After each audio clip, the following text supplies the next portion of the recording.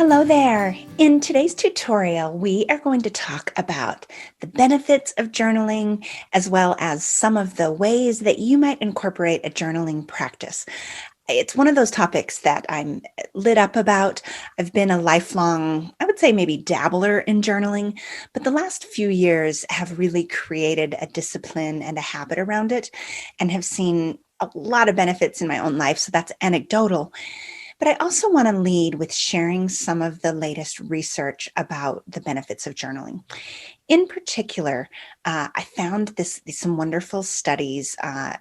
One bit of research published by the Department of Veterans Affairs indicated that therapeutic journaling was just as effective as traditional other interventions such as therapy.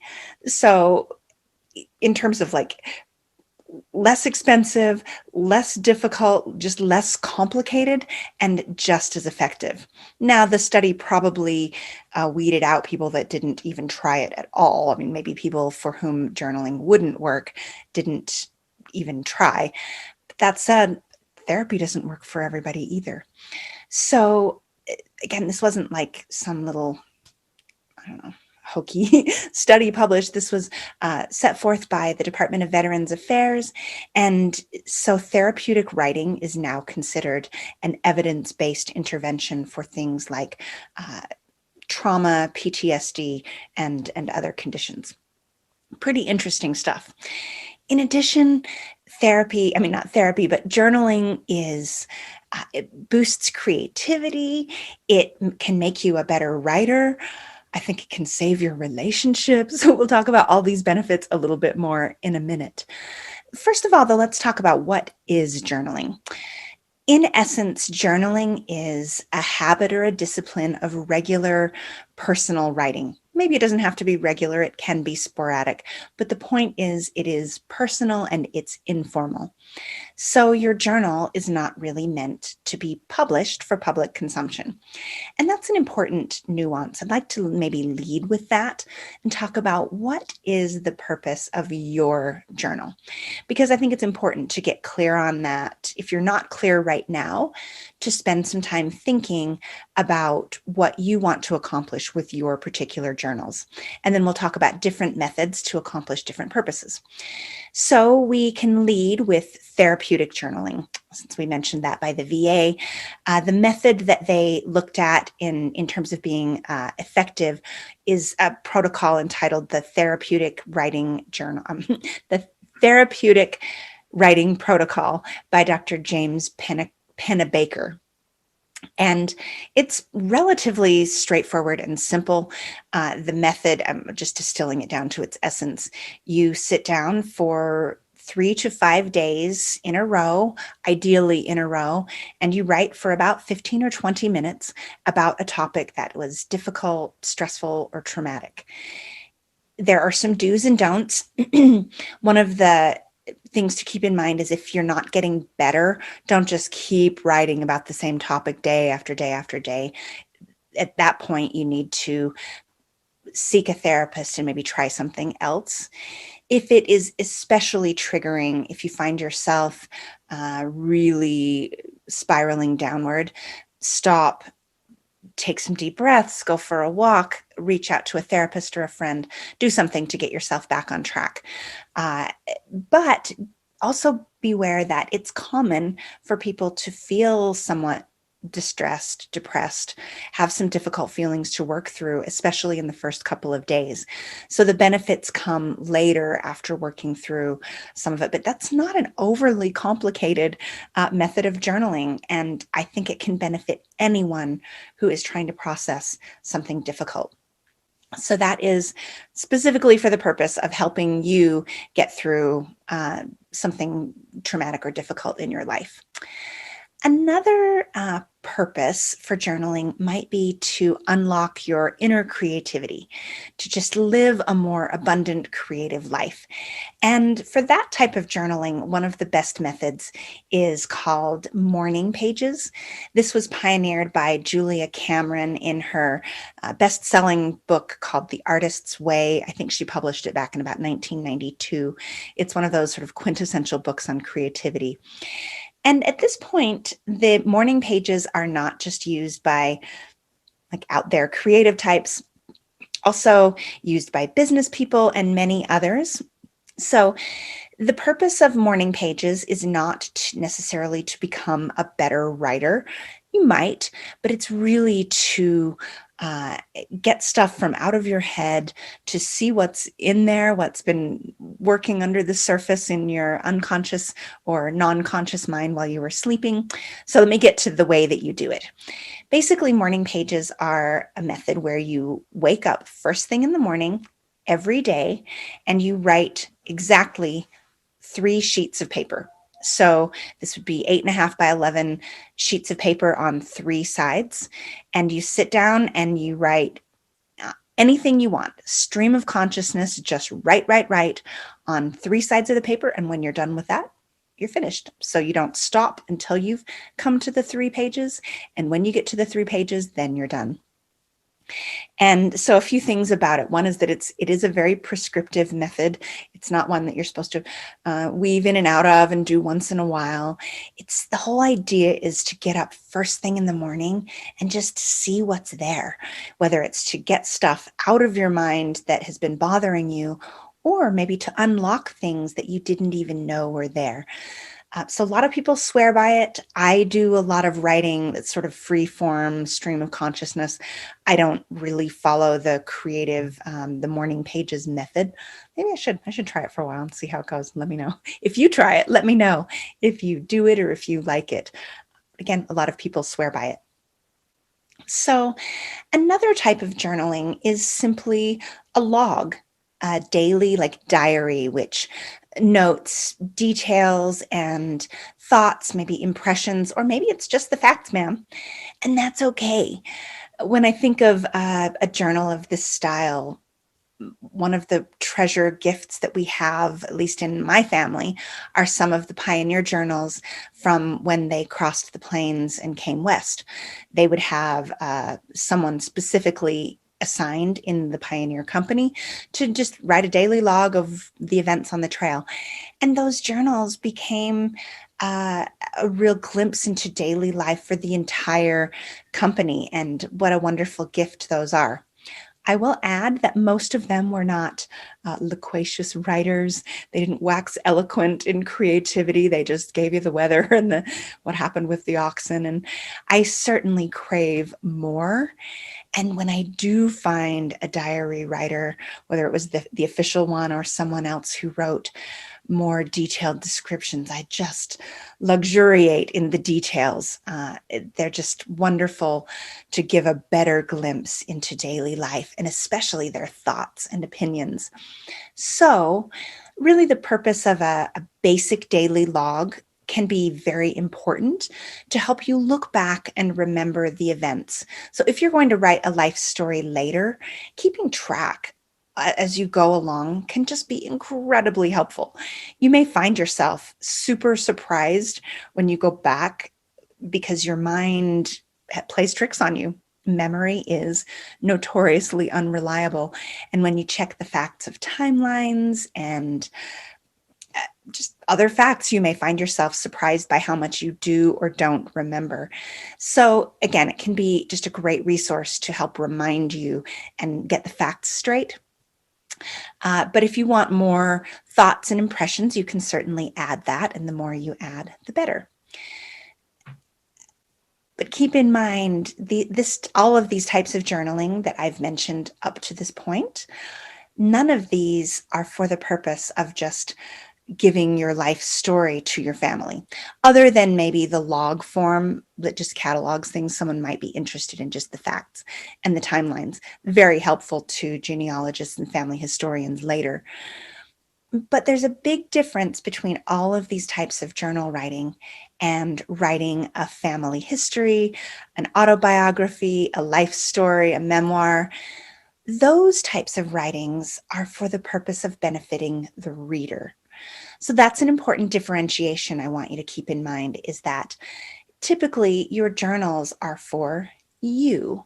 whereas your life story is for the purpose of the reader.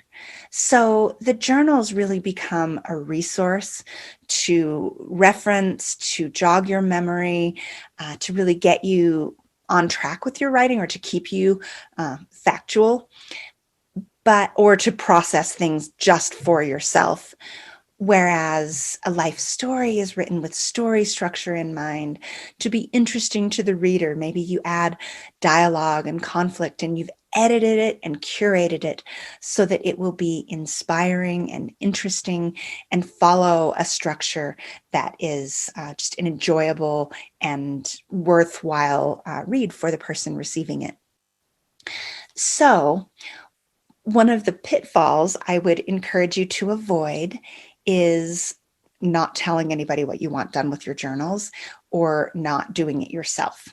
So I'll give you like a couple of examples or just a general example. I've had clients before who have inherited someone's private journals and said things like, I'm not sure I should be reading this. Like, I feel really uncomfortable right now reading these private thoughts of my mother, father, whoever, private letters between the two that just seem to have maybe more intimate details, or maybe it includes that person's ranting and frustrations. And while it's important in a life story to be real and to share the hard stuff, that's different than just like, blah, right?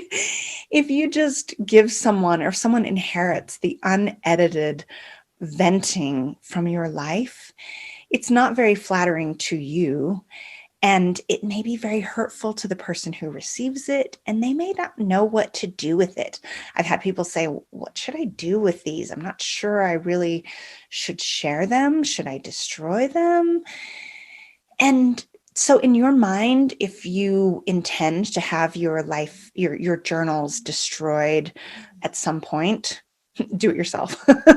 Because they won't. If people inherit your journals, they probably won't have the heart to do it.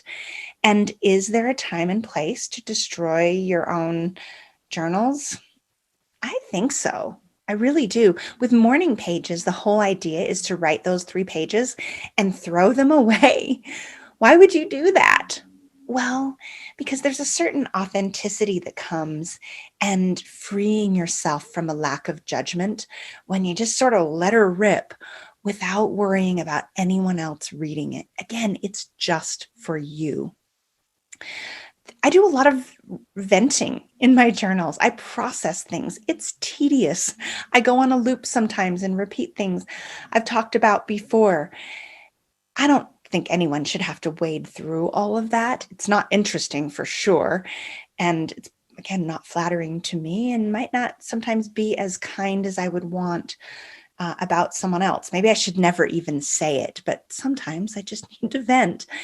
And in doing so in a way that is private and that I don't intend to keep, I can get it out of my system and save my relationships. If I'm frustrated about something, I can get it out in that format and then carefully think through my thoughts and choose my words mindfully and lovingly and have conversations to fix relationships and keep things in a good place and say them the way I want to say them, as opposed to the unfiltered, just getting it out there. I'm a big fan of crucial conversations, tools for talking when stakes are high. And there's many best practices in this book, but one of them being get your heart in the right place. Usually when I'm frustrated about something, my heart's not in a great place, and that's not the time to have a conversation. So my journals are a great place to process. Another benefit, as I mentioned, saving relationships. Not only does it save me from saying things that I wouldn't want to hurt someone with, I also don't want to burden anybody with all that stuff. So by processing it in my journal, I spare my loved ones from the burden of having to listen to me go on and on, right? Nobody wants to listen forever about someone's innermost struggles and concerns and insecurities and frustrations. I can weed out the vast majority of it by doing it myself. And then once I've done some processing, I can bring it to my friend, my husband, my loved one that might be listening and share a thought that is more cohesive, more cogent, I guess, as opposed to just the unfiltered initial version. So I can save my loved ones from that burden. And again, just save your loved ones from the burden of inheriting something that might feel more like um, inheriting a debt or baggage as opposed to a treasure or a gift. Don't leave your baggage to somebody else. If you want to tell your story the way you want it to be told, then it's your responsibility to edit it and to make it shine into something beautiful. So let's talk about some practicalities of how you might craft your own journal. So we've mentioned techniques of therapeutic journaling. We've talked about Julia Cameron's morning pages. We've talked about daily logs. Another question might be, should you put your journals in a beautiful leather-bound book to give them your words the importance they deserve? Or should you put them on an 8.5 by 11 sheet of paper and throw it away when you're done? That's sort of the whole continuum of what you might do with your journals.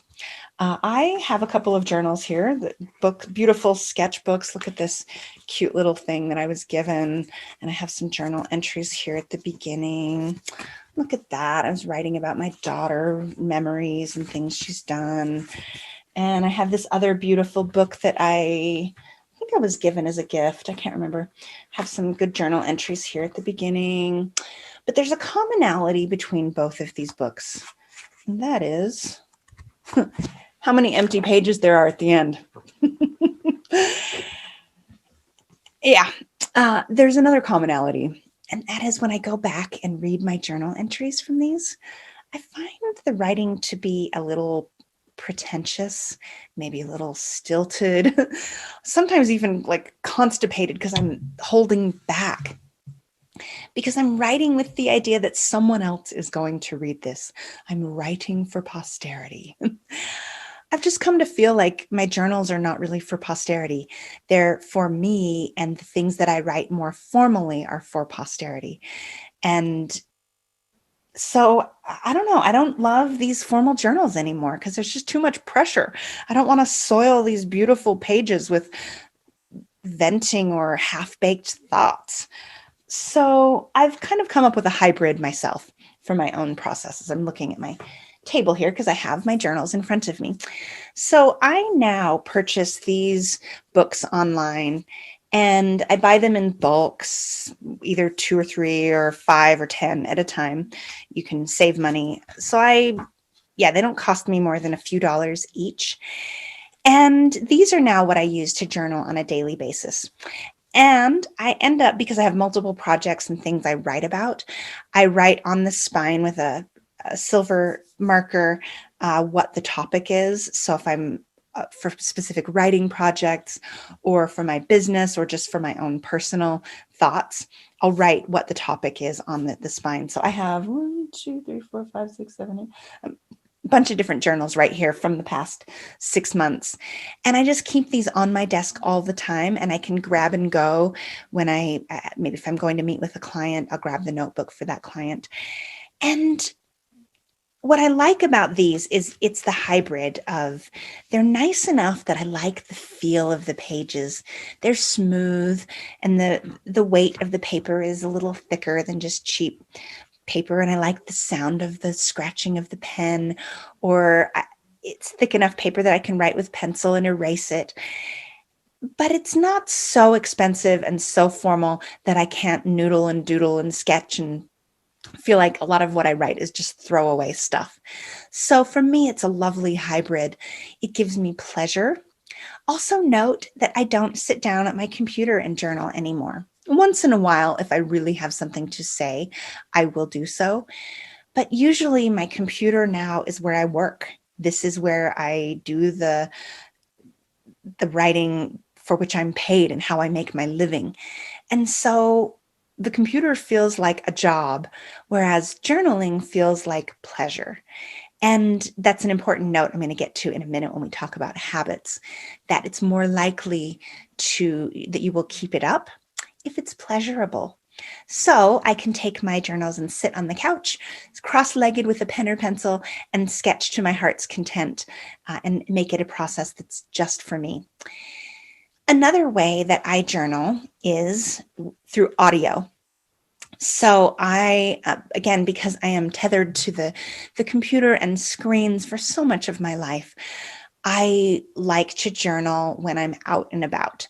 So I will journal when I go out for walks, audio journal, sometimes when I'm in the car and I just want to think and process.